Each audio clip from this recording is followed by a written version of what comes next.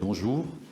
On va commencer rapidement. On va appeler Madame Rima Guettache et le professeur Charles Marquette de l'Institut hospitalo-universitaire Respirera du CHU de Nice, qui vont vous exposer un projet d'intervention dans les zones sous-dotées en médecins sur le dépistage du cancer du poumon. Mais je vais leur laisser la parole parce qu'ils sont plus précis que moi. Merci. Chers collègues, mesdames et messieurs, bonjour.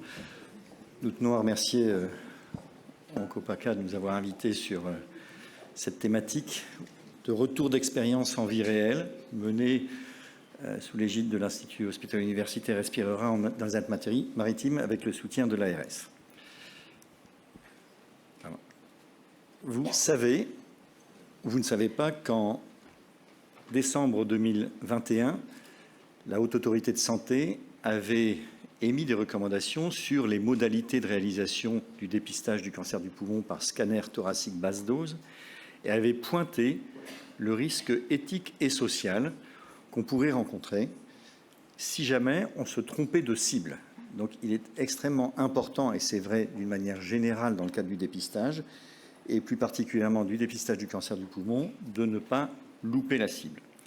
Et c'est la raison pour laquelle, dans un contexte où, en 2025, on va lancer en France, vous le savez, sous l'égide de l'INCa, le dépistage du cancer du poumon, il est important qu'on se préoccupe d'atteindre la bonne cible en France et plus particulièrement dans la région sud. Et pour cela, avec nos collègues marseillais, nos collègues du Var, nos collègues d'Avignon, des Hautes-Alpes et des Alpes de Haute-Provence, nous avons déjà initié une démarche avec l'aide de l'ARS sur les modalités d'aller vers et de rencontrer les patients.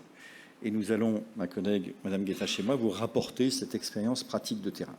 Alors, le cancer du poumon, ça se dépiste comment? Par un scanner thoracique à basse dose, sans injection, réalisé 2 fois de suite à 1 an d'intervalle, puis tous les 2 ans. Qui est concerné?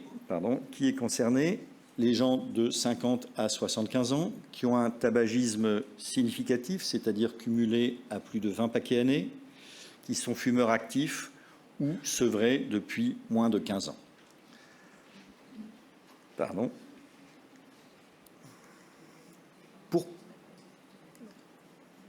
Pourquoi ça marche? Eh bien parce qu'on inverse les proportions au diagnostic.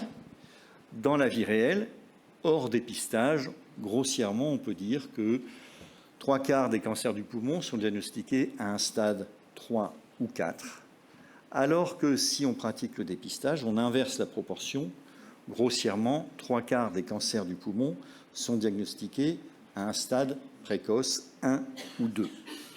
Et ceci se traduit par une réduction de la mortalité liée au cancer du poumon de 20%, mais aussi, et c'est très particulier au dépistage du cancer du poumon, une diminution de la mortalité globale de 5%. Alors, la question des inégalités et du ciblage de la population n'est pas une vue de l'esprit. Si vous prenez l'étude parisienne Cascade, menée chez les femmes, dépistage du cancer du poumon chez les femmes, et que vous vous rendez compte que 75% des patientes, des volontaires inclus dans cet essai sont titulaires d'un diplôme universitaire, vous vous rendez compte que ce n'est pas du tout la réalité de la vie. Ce n'est pas à vous que j'apprendrai que le risque du cancer du poumon est lié au tabagisme et que l'épidémiologie du tabagisme rencontre une inégalité socio-économique majeure. En France, les fumeurs ne sont plus chez les CSP+. Donc, il ne faut pas se tromper. Alors, comment cibler la bonne population? Par quelle technique? Je ne détaillerai pas les études, mais globalement, on peut simplifier la chose ou caricaturer la chose sur 3 modèles d'accès aux patients. Le modèle centralisé, qui est le modèle Cascade, par exemple, mais aussi le modèle que nous avons mené avec nos collègues de Toulon, de Marseille, d'Avignon l'année dernière, sous l'égide de l'ARS, qui est les centres experts hospitaliers, privés, publics, enfin ceux qui s'occupent de cancérologie, font venir à eux la population par des campagnes d'annonces en disant « Venez, vous êtes fumeur, on va vous dépister ». Ça, c'est le modèle centralisé. Résultat Cascade, 75% de CSP+, résultat dans la région sud ici, L'année dernière, nos résultats sont pour le moins modestes.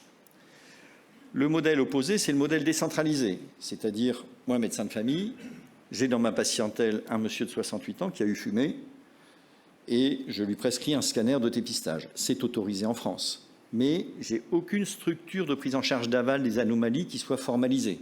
Et là, on peut partir dans des dérives X ou Y en termes de coût et d'hiatrogénicité.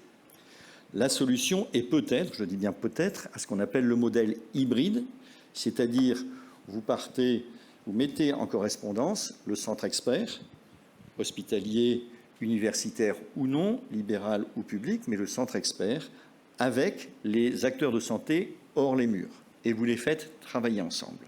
C'est ce qu'on appelle le aller vers. Et je passe maintenant la parole à Rima qui va vous expliquer ce qu'on a tenté de monter dans notre région.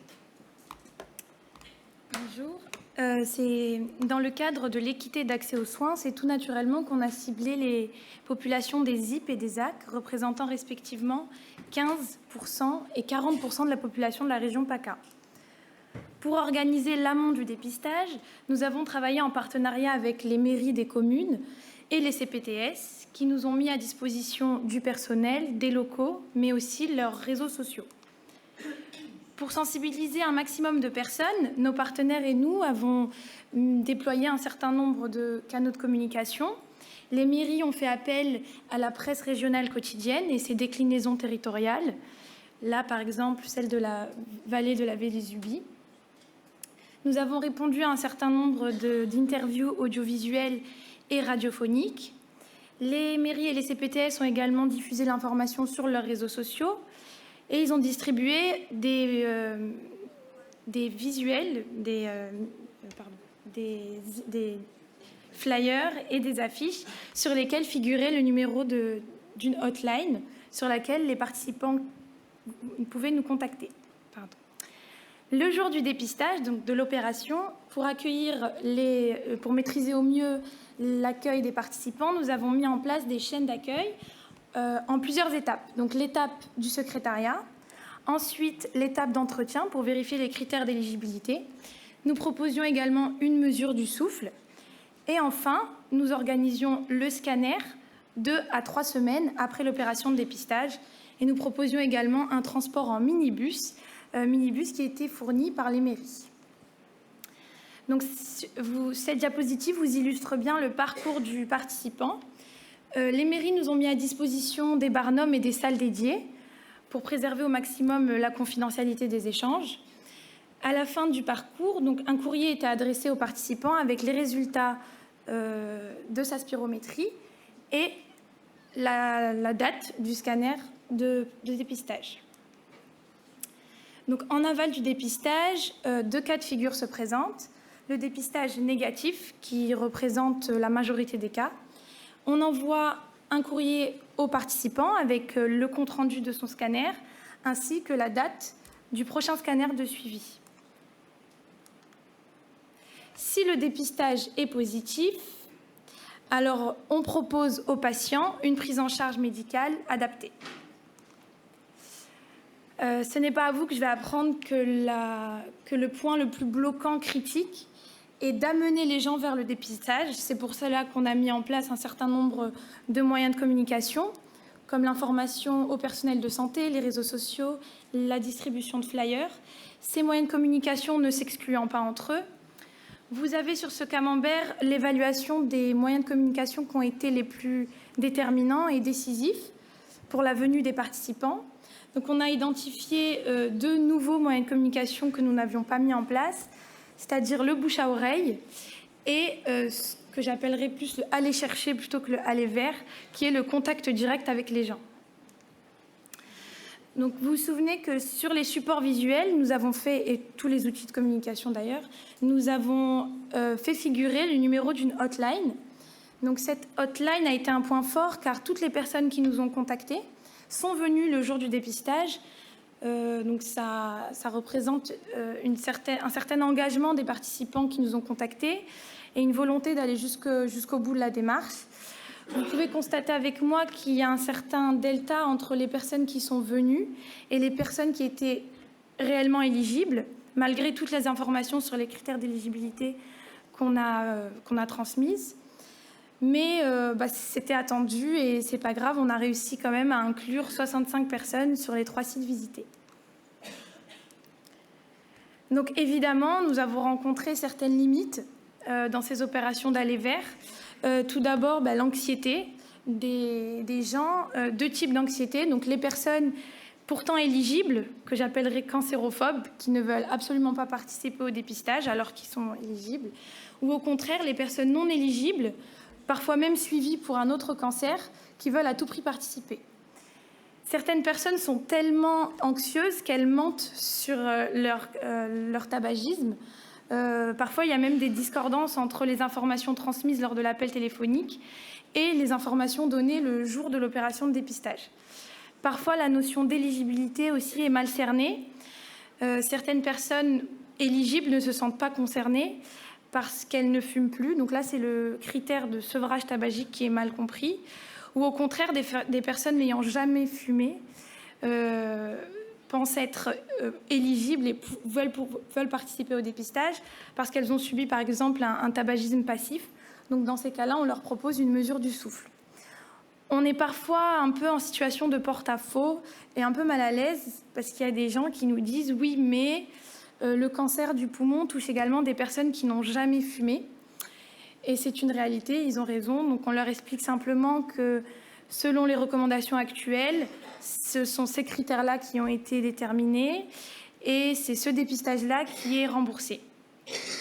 On note parfois une perte de motivation entre les 2 étapes du dépistage du cancer du poumon, car contrairement au dépistage du cancer du sein ou du côlon, il se fait en en 2 shots, c'est-à-dire qu'il y a d'abord l'entretien, puis le rendez-vous de scanner, et la motivation des gens peut s'émousser entre ces 2 étapes.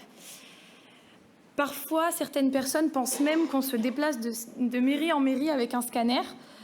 Donc, quand on leur explique que ce n'est pas du tout le cas, y a une perte de motivation et une déception des gens. Et enfin, la fracture numérique qui est bel et bien réelle, c'est une réalité et qui peut être un handicap pour certaines personnes qui n'ont pas accès aux réseaux sociaux, par exemple. Merci.